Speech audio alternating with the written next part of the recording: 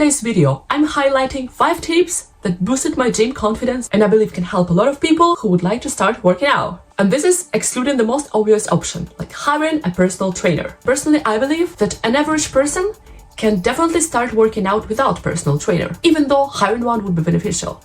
The first thing that I would like to say to you is don't panic. It's pretty normal to have gym anxiety and a lot of people have it.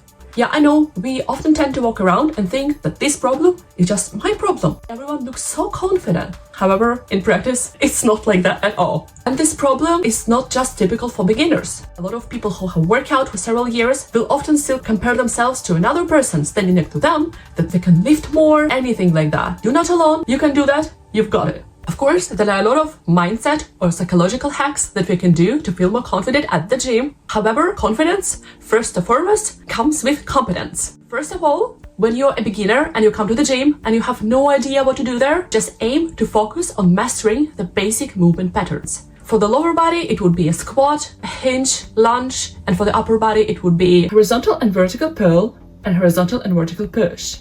There are also some rotational exercises or core work.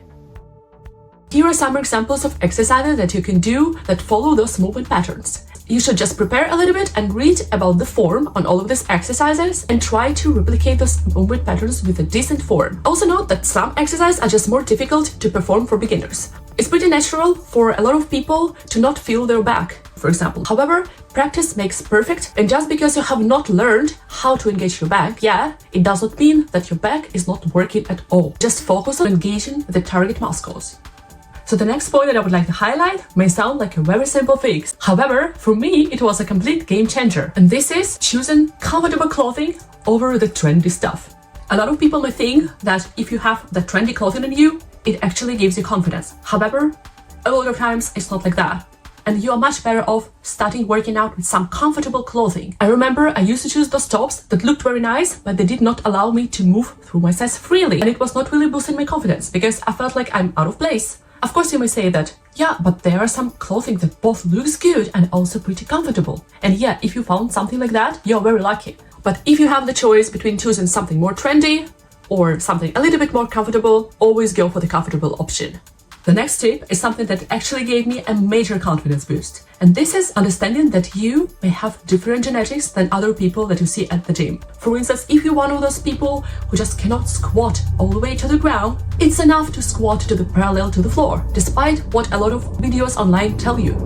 Of course, if you're a goal-driven person, genetics should not be an excuse for you. However, by not just walking against the wind all the time and understand that some moves are more difficult for you just because of your genetics can remove so much pressure and can instantly help you to be more confident.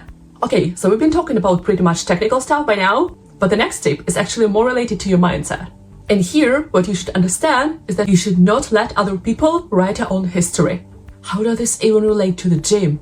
Well, you hear a lot of advice that you should not be embarrassed coming to the gym because people around don't really care about you. They only care about themselves, they only care about their own stuff and their own problems and their own exercise routines. But the thing is that sometimes it takes longer time to understand, and also a lot of such videos exist when people are filming other people and making fun of them. Well, you kind of think that people care, while most people really don't care about you. There are some people who may look around and oh my god, what the heck is she doing? Yeah, they may look and think something about you. However, they will forget about it pretty soon, and you are the one who will be sitting with that, and you are the one who will not move forward. Think about your life in general. If you would always care what people think about you, probably you would not be at the same place as you are right now. When you let other people define which degree you should be taking, which car you should be driving, in which city you should be living, it's basically just not your scenario anymore. It's just their story and you're the background character. So at the gym, when you try to do this new move, you should not be embarrassed at all. Even if it's difficult sometimes, try to say, whatever, I'm gonna do that, and move on to the next thing in your day.